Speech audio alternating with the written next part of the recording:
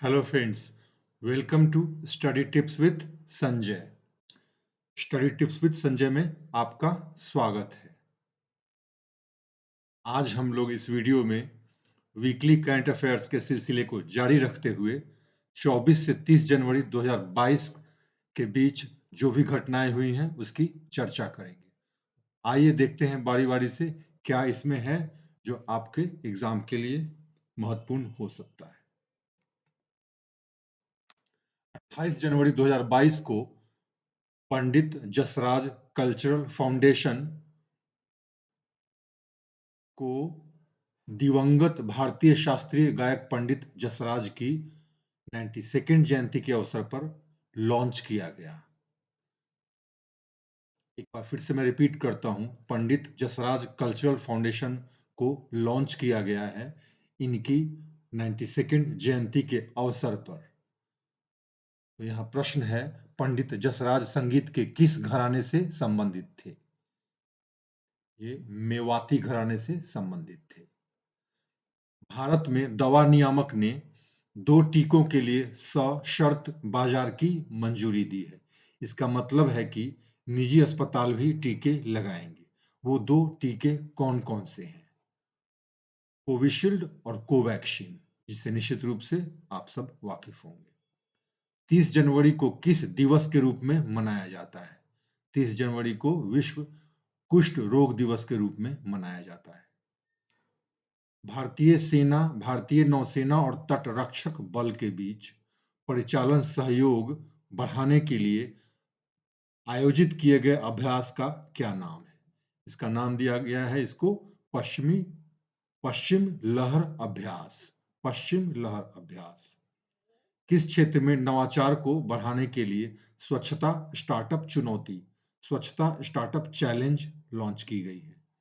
अपशिष्ट प्रबंधन में। कहने का मतलब कि अपशिष्ट प्रबंधन, वेस्ट मैनेजमेंट में नवाचार अर्थात इनोवेशन को बढ़ाने के लिए, प्रमोट करने के लिए स्वच्छता स्टार्टअप चैलेंज शुरू किया गया है। 7 मार्च 1922 को एक आदिवासी नेता मोतीलाल तेजावत 10,000 भील आदिवासियों को संबोधित कर रहे थे। ये आदिवासी एक ही आंदोलन का हिस्सा थे। एक ही आंदोलन। यह आंदोलन कहाँ हुआ था? यह आंदोलन राजस्थान में हुआ था। तो एक ही आंदोलन के नेता कौन? मोतीलाल तेजावत फ्रॉम राजस्थान। नेक्स्ट, किस देश की जनसंख्या वृद्धि दर 80 वर्षों के निम्नतम स्तर पर पहुंच गई है? नेपाल। अभी हाल में यहाँ जनगणना हुई जिससे पता चला कि यहाँ जो पॉपुलेशन ग्रोथ रेट है वह लास्ट 80 इयर्स के लोएस्ट रेट पर पहुंच गई, निम्नतम स्तर पर पहुंच गई है। आपूर्ति श्रृंखलाओं, सप्लाई चेन्स को मजबूत बनाने के लिए लाए गए कम्पीट्स एक्ट 2020 का संबंध किस देश से है? यूएसए से है, अमेरिका से इसका संबंध है। यह काफी चर्चा में था। देश का पहला ग्राफीन नवाचार केंद्र, ग्राफीन इनोवेशन सेंटर, किस राज्य में स्थापित किया जाएगा? तो यह राज्य है केरल। केरल राज्य में पहला ग्राफीन इनोवेशन सेंटर स्थापित किया जाना है। नेक्स्ट, भारत सरकार ने हाल ही में किसे सरकार का मुख्य आर्थिक सलाहकार नियुक्त किया है? ये है डॉक्टर वी अनंत नागेश्वरन। लोगों के लिए संसद और उनके सांसदों की कार्यवाही की जानकारी हासिल करने के लिए किस ऐप को लॉन्च किया गया? तो इस ऐप का नाम है digital Sansad app. Please don't take it lightly, क्योंकि डिजिटल संसद ऐप की तरह 3-4 ऑप्शन मिलता जुलता दिया जा सकता है एग्जाम में, तो आपको बिल्कुल एक्यूरेसी के साथ इस ऐप का नाम याद रखना होगा। आजादी का अमृत महोत्सव के एक भाग के रूप में किस मंत्रालय ने स्वतंत्रता संग्राम के 75 गुमनाम नायकों पर इंडियाज वीमेन अनसंग हीरोज पुस्तक जारी की? पुस्तक का नाम है इंडियाज वीमेन अनसंग हीरोज।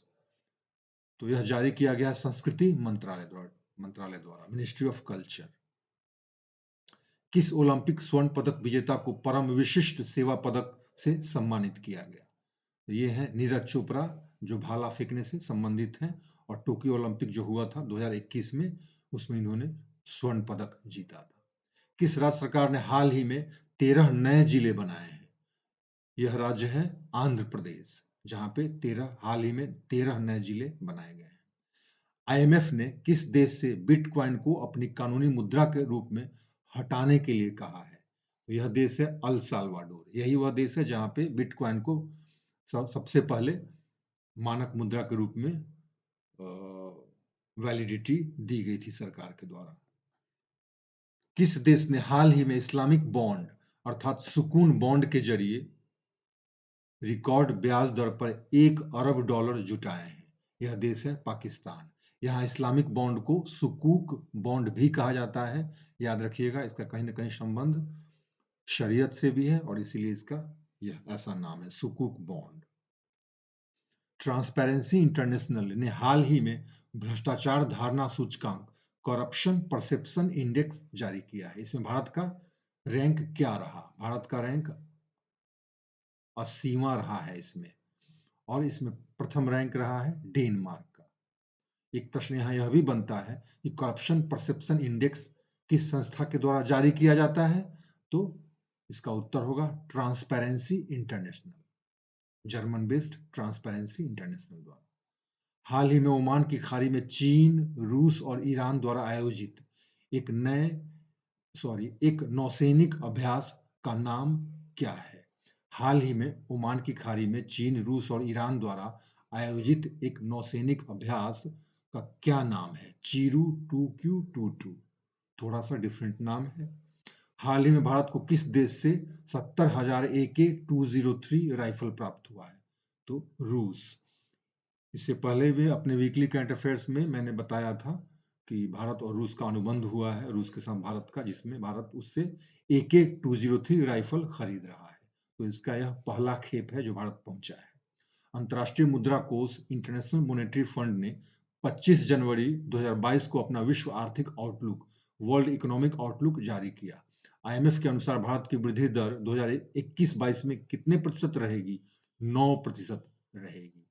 एक प्रश्न यहाँ यह भी बनता है कि वर्ल्ड इकोनॉमिक आउटलुक किसके द्वारा जारी किया जाता है?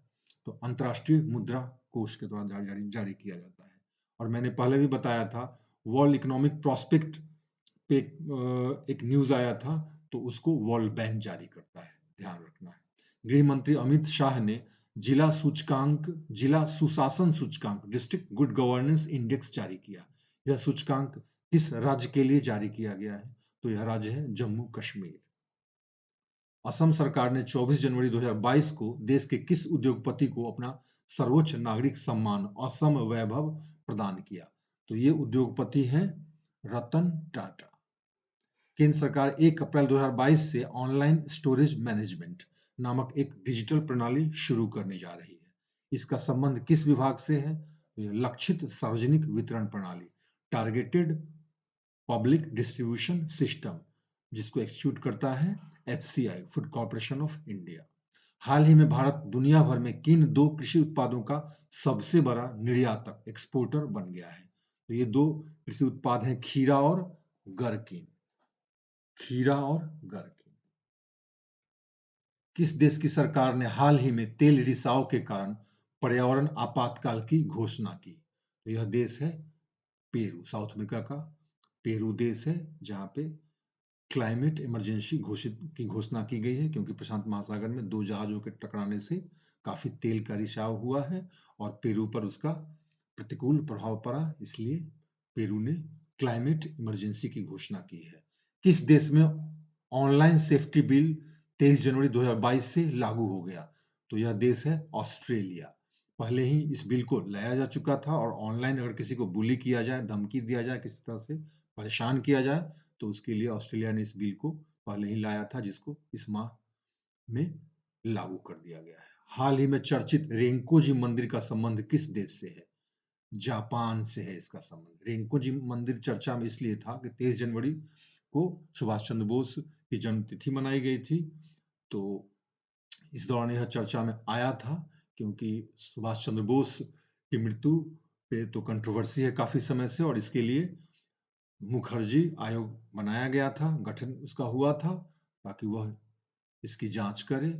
तो रेंकोजी मंदिर के पुजारी द्वारा एक लेटर लिखा गया था इस कमीशन को जापानीज लैंग्वेज में, जिसको ट्रांसलेट किया गया है हाल ही में, और इसी संदर्भ में रिंकुजी मंदिर चर्चा में था।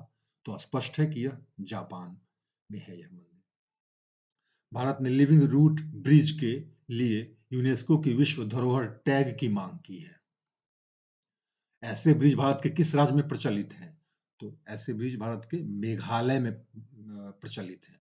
दरअसल यह यूनिक एक खास तरह का ब्रिज होता है जो पेड़ के पत्ते, छालों इत्यादि से बनाया जाता है। हाल ही में स्विगी डेकाकॉन टैग हासिल करने वाली चौथी भारतीय कंपनी बन गई है। डेकाकॉन कंपनी का मूल्य कितना होता है? $10 बिलियन से अधिक।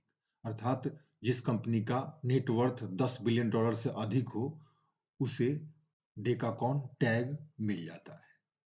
तो भारत की यह चौथी कंपनी है जिसे डेकाकॉन टैग हासिल हुआ है, और इसका मतलब है कि इसका नेटवर्थ $10 बिलियन से अधिक है। कुल कितने खिलाड़ियों को पद्म पुरस्कार 2022 प्रदान किया जाएगा? 6 ऐसे खिलाड़ी हैं जिनको इस बार पद्म पुरस्कार 2022 प्रदान किया जाएगा। तो ये था 24 से 30 जनवरी 2022 का करंट अफेयर्स।